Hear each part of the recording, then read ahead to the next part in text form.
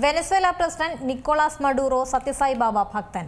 Maduro വിദേശകാര്യമന്ത്രിയായിരുന്നപ്പോൾ അദ്ദേഹം ഭാര്യ cilia ഫ്ലോറസിനൊപ്പം Puttaparthi സന്ദർശിക്കുകയും സത്യസായി ബാബയിൽ നിന്ന് അനുഗ്രഹം നേടുകയും ചെയ്തിട്ടുണ്ട്.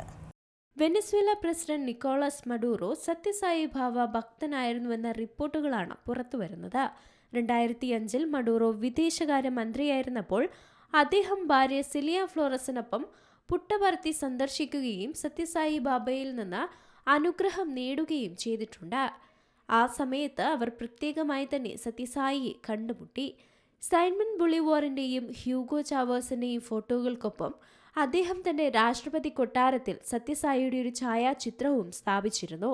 മഡൂറോയ്ക്ക് മുമ്പ് അദ്ദേഹത്തിന്റെ ഭാര്യ സായിയുടെ ഒരു ഭക്തയായിരുന്നു. അവരുടെ സ്വാധീനം കാരണം അദ്ദേഹവും ബാവയുടെ ഒരു ഭക്തനായി മാറി.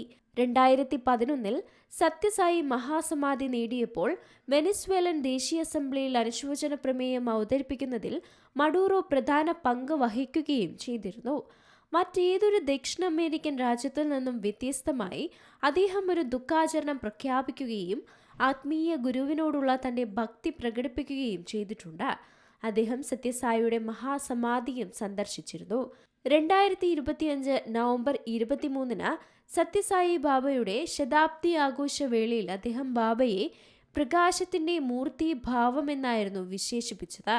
മറ്റു വിദേശ NGO-കളെ രാജ്യത്ത് നിന്ന് പുറത്താക്കുമ്പോഴും സത്യസായി സംഘടന മഡൂറോയുടെ പിന്തുണയോടെ വെനസ്വേലയിൽ സേവനങ്ങൾ നൽകുന്നതും തുടരുകയാണ്.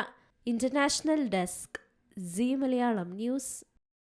ഏറ്റവും പുതിയ വാർത്തകളും വിശേഷങ്ങളും വിരൽ തുമ്പിലറിയാൻ സീ മലയാളം ന്യൂസ് എല്ലാ ഡിജിറ്റൽ പ്ലാറ്റ്ഫോമുകളിലും ലഭ്യം.